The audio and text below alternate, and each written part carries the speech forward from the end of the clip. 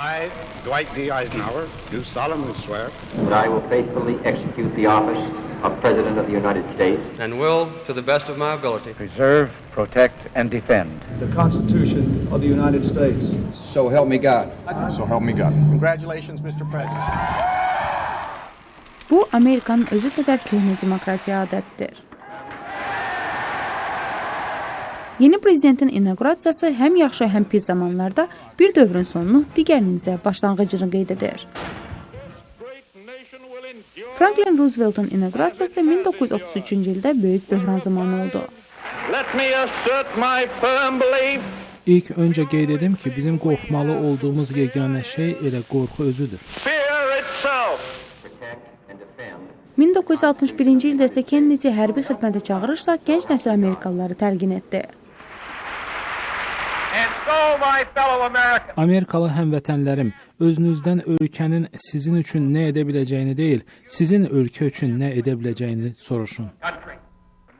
Bundan 20 il sonra Respublikaçı Ronald Reagan hökuməti kiçiltmək vədi ilə hakimiyyətə gəldi. Hazırki böhranda bizim problemimizin həlli hökumət deyil, hökumətin özü elə problemdir. Noyabrda əldə etdiyi qələbədən sonra prezidentliyə seçilmiş Donald Trump qələbə turuna çıxdı və kampaniya vədlərini həyata keçirəcəyini söz verdi.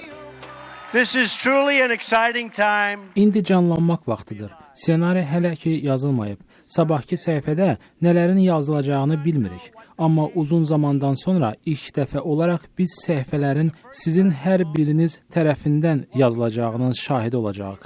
Bu bir hərəkatdır.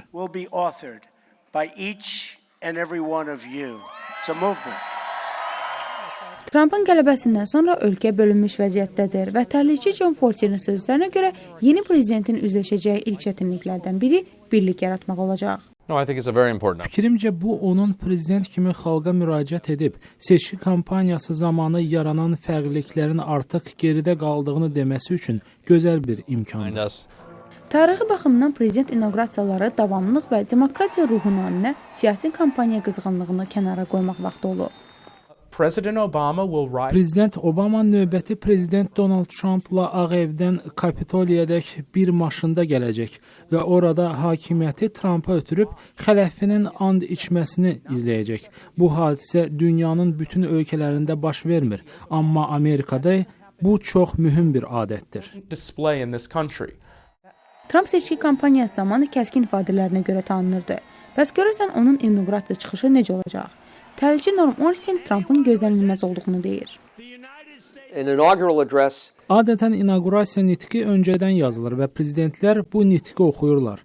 Amma bəlli deyil, bəlkə Donald Trump yazını bir kənara atıb öz istədiyi çıxışı edəcək. Donald Trump ABŞ-ın 45-ci prezidenti olmağa hazırlaşır.